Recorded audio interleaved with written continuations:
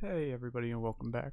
So today we're going to look at the state machine problem that we gave out last time, and we're going to take it apart, and this is one of the key things to being able to solve any programming problem, which is understanding how to solve the problem before you try and write the code for it. A lot of times you want to get a problem and immediately start writing code, and that's going to it's going to give you a lot of problems.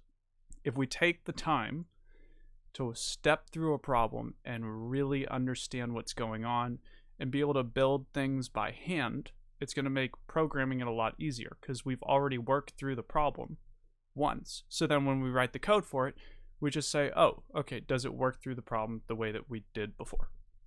If we just went right to the coding, we wouldn't have necessarily made sure our solution works from the beginning. And then we could end up with a solution that doesn't really work in the end, and we won't know why. But because we're going to take the time at the beginning to make sure we understand the problem, we're going to be a lot better off in the future. So if you remember from the handout, there's a sample state machine that was given. I think it's straight from the Wikipedia page of state machines. And this is a relatively simple one, has 3 states and then 2 symbols that it takes in, input symbols. And then if you look right above me in the video is the sample text file that contains all of the information that this state machine has. We just broke it down into a text file.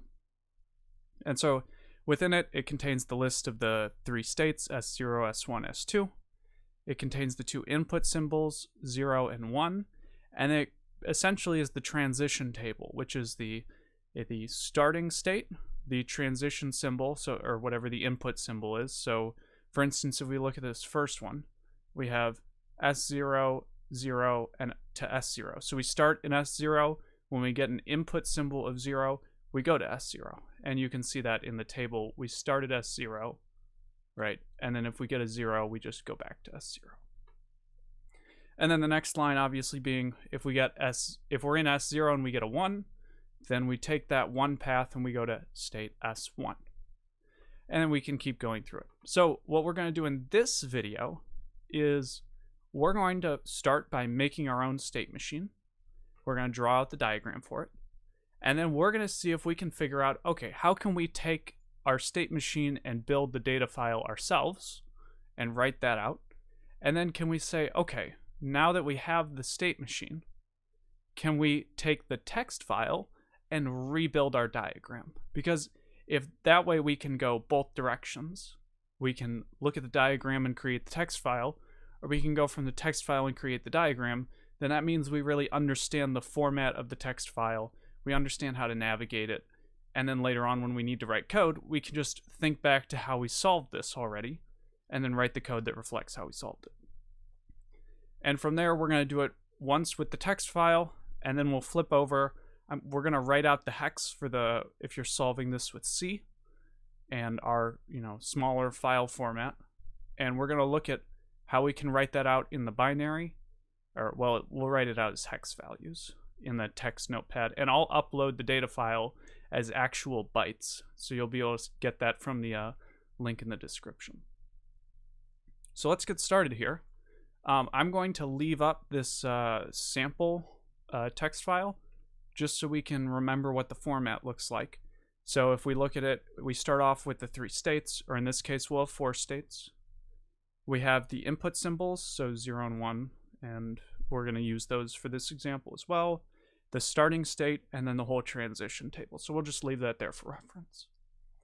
So what kind of a state machine do we want? I was kind of thinking one that might be kind of cool is something that's interesting in a state machine is we don't necessarily have to always be able to get back to a state. And that's an interesting thought. Like when I power up a machine, right, I go into one state, but I probably never really need to go back and, go back to my BIOS settings. Once I've booted up the machine, I have to reboot the machine to get back to that. So what we're going to do is we're going to kind of have this starting state S0 and then go into this other kind of loop over here. That's kind of what I'm thinking for this initial diagram. So we get to S0, and then S0 will connect to S1 and S3. Okay, so the green arrow indicates where we started, And then we have two arrows going to other states, indicating a transition. And we gotta then take some input symbols and label our transitions. So that's cool. So right now, when we get to S0, which is where we start, we can then go to S1 or S3. And there's something interesting. We can analyze this and say, oh, that means we know for a fact right from this, we can't immediately go to S2 with a single input symbol. So that's something we can just kind of neat to recognize that type of a thing. From here, I'm thinking we could do a little cycle where we can go clockwise with zeros and counterclockwise with ones. So why don't we draw that in? So let's go clockwise, and we'll grab another arrow. We can go to S2. So S2 will connect to S3, and S3 will connect back to S1, and we'll just use zeros for all of these. So it's 0 to go clockwise around this cycle. And what that means is that we can never use a 0 to get back to S0. And let's flip some of these arrows. And we'll go from S1 to S3. We can do that with a 1. So now we're kind of going to go the opposite direction for ones. So we'll put the zeros on the insides. And we'll grab these arrows and put the ones on the outside. So we can see it's getting a little bit cluttered, but I think we can make it work. So we start in S0, right? And we can get an input symbol. And we can go essentially into this cycle where every time if you notice, each of these states has a transition 0 that would have it go clockwise, right? And if we get a 1, we have this kind of triad where we're going the opposite direction. We're going counterclockwise. And so we can never get back to S0, which is an interesting thing to note. But then once we're in it, we're going to stay in this and loop forever. So we can keep going this direction, or we could start going in the opposite direction. And we don't have anything. Every time we get an input symbol, we're also always transitioning to a new state, right? Because there's no looping back to a state. If you notice in the example, there was the S0 goes back to S0.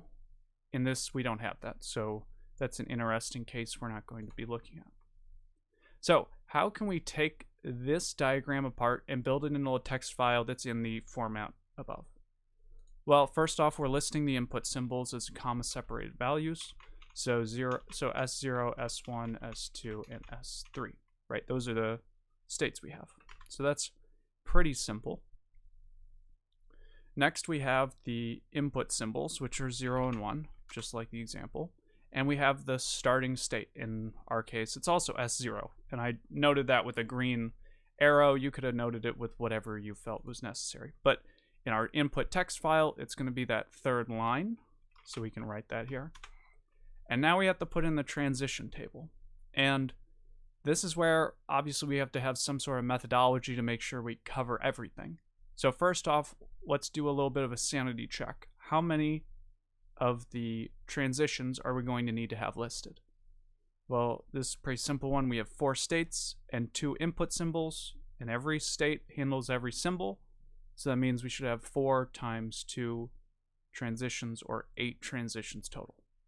And we're going to have 2 transitions for each of our states. So I can list this out pretty quickly as knowing that each of my states is going to have 2 transitions. So I listed them all out.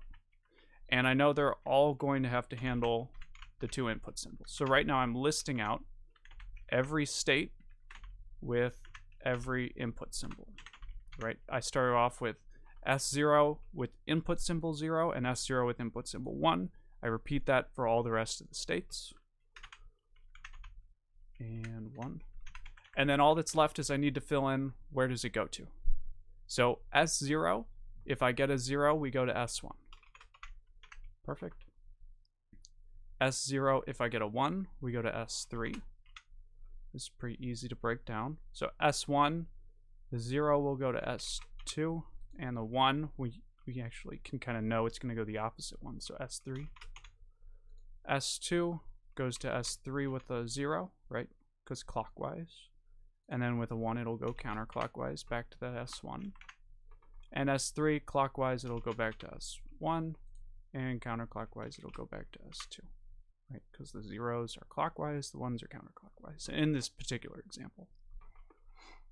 And so that was it. We were able to build our text file relatively quickly. But the real question is, are we going to be able to rebuild our states and transitions from our text file? So I'm actually going to take this apart. We can remove these arrows, kind of put them all over the place and disconnect it. And we can move these kind of wherever. And let's move some of these texts so they're kind of out of the way, and we'll just rebuild it from the ground up. Right? So let's move it all out of the way. Okay, I think that's pretty good. And so where should we start? Well, I guess we can read our file from top to bottom.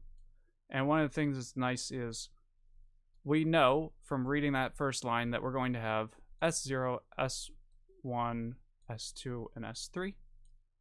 That's cool. And we're going to have input symbols 0 and 1. So we have a bunch of input symbols all around here. Cool.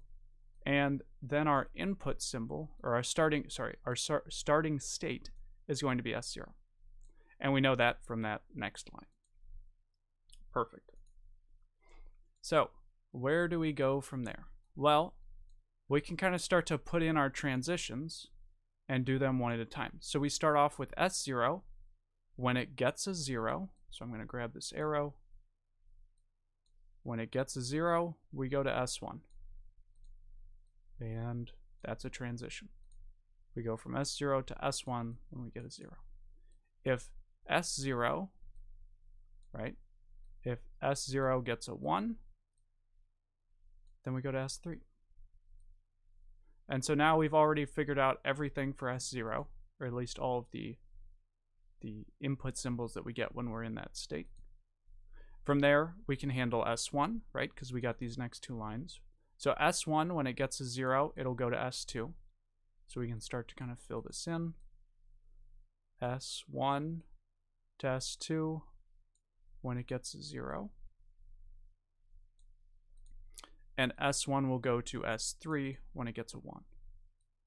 So we can grab this. And S1 will go to S3 when it gets a 1. Okay, so that was those two handled. Now we can handle S2, right? S2, when it gets a 0, we go to S3. S2, when it gets a 0, we go to S3. Now, this might seem a bit tedious to go through every single thing, because at this point we already know what it's going to look like. And so you might think this seems like a bit of redundancy, like can't we just kind of skip this? And I'm going to say you actually should take the time to step through all this. Not because you need it, but because you can, and because stepping through it might mean you might find some weird case that you haven't really thought about. In this case, there's no particular, oddities of this, but maybe if you were building something, maybe like a linked list, or especially like the data types where they have weird end cases, maybe some of the inner workings are relatively standard. So like maybe a sentinel list where you have the sentinel values at the beginning and end. The middle of it's relatively standard. But then when you get back to the end, you have to remember how those end cases work. And so it's worth taking the time to step through the whole thing. One, because it took us an extra 10 seconds, and I was explaining it while I was just doing it, so it's relatively trivial. But it gives us that extra experience. So, well, we kind of went through that. We were able to rebuild our diagram from the transition table. So we'll save that. So now I think we're pretty good at understanding the data format. And then from here, we can take this text file and we'll be able to bring it into something like C# or Python or Java and go from there. So what I'm going to do now, for those of you who are just working on the Python or C#, you can kind of end the video here. You can go check out the description for where the link to the GitHub page is. But those of you who are working on it in C can stick around, and we can look at building this in C. So in C, I'm actually going to scroll down to the file format that we have so we can remember how it all works. So we start off with we're going to use this same diagram. We're going to start off with the number of states, and in this case, everything is automatically numbered 0 through 1, so I'm going to remove the S's actually, so it's more obvious. And so everything now is in hex, technically. Since everything's below 10, it's the exact same. So we have 1, 2, 3, 4 states total. So I'm going to write it out as 4. So everything here is going to be in hex. We have 2 input symbols, 0 and 1. And our starting state is 0.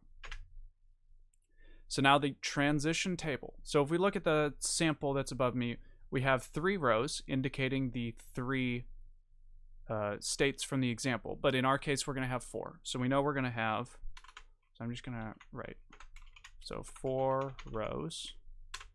And we're going to have 2 columns. And so the row is the state, and the column is the input, right? So this is the starting state. Oh, let me just put this here. So this is the state. And then this is the input, right? So from here, we can do our first row, which is state 0, right? We start with 0. And then when we get an input 0, that'll be our first transition. So row 0, column 0 will go to 1, right? Because we have state 0, which is row 0, and input 0, which is column 0, will go to state 1. And if we get a 1 as an input, so row 0, which is state 0, and column 1, which will be 1 input, we go to 3. So 0, 3. So we're going to have the next row, which is our next state, and the 2 input symbols it gets. So if it gets a 0, it'll go to 2. If we get a 1, right? So row 1, column 1, which means state 1, input symbol 1, will go to a 3. Gotta slow down and think about it sometimes. If we get so that was row 0, this is row 1, right? Let me make a little comment. So state 0 transitions, this is state 1 transitions. So now we have state 2. So state 2, when it gets a 0, we go to 3. And when it gets a 1, we go back to 1. So that's state 2. And state 3, when we get a 0, we go back to 1. When we get a 1, we go to 2. And so state 3. And so that's all of the data. So I'm going to clean it up a little bit. Just kind of get rid of that weird comment. So if we look, we have the 4 rows, 1 for each state, and then the column is the 2 inputs. So I can kind of look at this immediately and be able to say, okay, state 2, so this is row 0, 1, 2, row 2. In row 2 of our table, if I get an input symbol of 0, so column 0, row 2, I know that if I get a 0 when I'm in state 2 without looking at the diagram, I'll go to state 3. And now let's check if that's right. So if I'm in state 2 and I get a 0, I'll go to state 3. So we know we built it right. Perfect. So that's really useful.